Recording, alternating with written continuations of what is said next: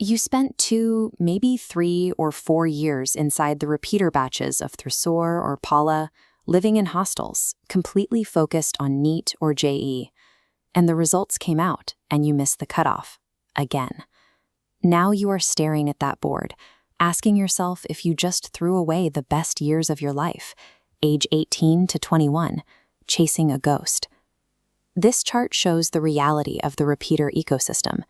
More than 80% of NEET and JEE aspirants experience moderate to high academic stress, and about 1/3 show clinical signs of depression or complete burnout. The brutal competition means lakhs of students write these exams for a tiny fraction of seats. If you feel like a burden to your parents, understand that these feelings result from a structural mismatch, independent of your actual intelligence or drive. Those past 2 or 3 years become wasted only if you step into another drop year without a clear plan.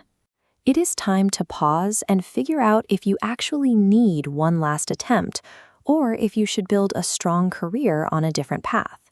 This diagram shows a 4-question framework designed to look at your situation objectively. Let's start at the top. Should you take one more drop?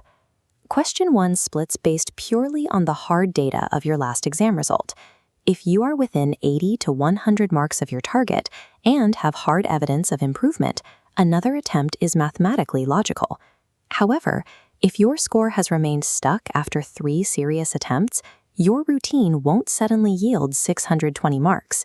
Next, the chart moves to question 2, evaluating your execution. Did you genuinely operate at your maximum capacity? Maximum capacity involves finishing the full syllabus, analyzing 20 to 30 full-length mock tests, and specifically fixing recurring errors. This is distinctly different from passive preparation, where you spend years just rereading biology chapters without actually testing your retention. If you already gave your absolute 100% using active methods and still fell far below the cutoff, the exam is giving you clear feedback. Repeating the exact same behavior next year will almost certainly lead to the same result. The data is only half the equation. Question 3 requires you to look entirely at your own mental health. Research on long-term preparation shows a steep rise in physical fatigue, daily anxiety, and complete isolation from friends. If you wake up every morning feeling fear, the preparation loop is actively damaging your well-being. This brings us to the final question. Whose dream is this?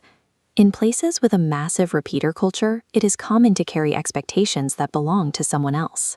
You might continue enrolling in repeater batches out of guilt toward your parents or neighbors, despite losing your passion. Sacrificing your mental health to fulfill a social expectation causes damage that no degree can fix. At this point, choosing to step away becomes a protective, rational act of self-preservation. If your answers to these questions show a narrow score gap, strong personal motivation, and stable mental health, you might decide to take one final attempt, but you must treat it like a finite project. A final attempt demands a total overhaul of your learning methods. Instead of rewriting the entire syllabus, identify your weakest 3 or 4 topics and use AI tools to simulate high-pressure tests daily. You also need to set a hard boundary with your family. Agree that this is the absolute last attempt, and that you will move on to a different path regardless of the outcome next June. Secure that final attempt by prioritizing your sleep and maintaining a hobby. Keeping an identity outside of the exam directly improves your concentration and memory. For those who decide to step off the treadmill, recognize that a career outside of MBBS or IIT offers its own path to a first-class life.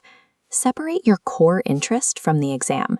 If you want to heal patients or build technology, those desires exist far beyond the narrow bottlenecks of NEET and JEE. You are not starting from zero. The last few years gave you immense discipline and a deep fundamental understanding of Class 11 and 12 science. These are massive assets in any professional field. You can apply that discipline to BSc nursing, allied health sciences, or medical lab technology. If you wanted engineering, strong state B.Tech programs or a BSc in data science offer high growth runways for your career. Look at the growth in specialized fields like hospital administration or clinical psychology. Senior professionals in these sectors often see career growth and financial stability that compares favorably to the median earnings of general practitioners. Deciding to pivot is an act of maturity and courage. You are not behind in life. You are simply taking a different, valid road forward.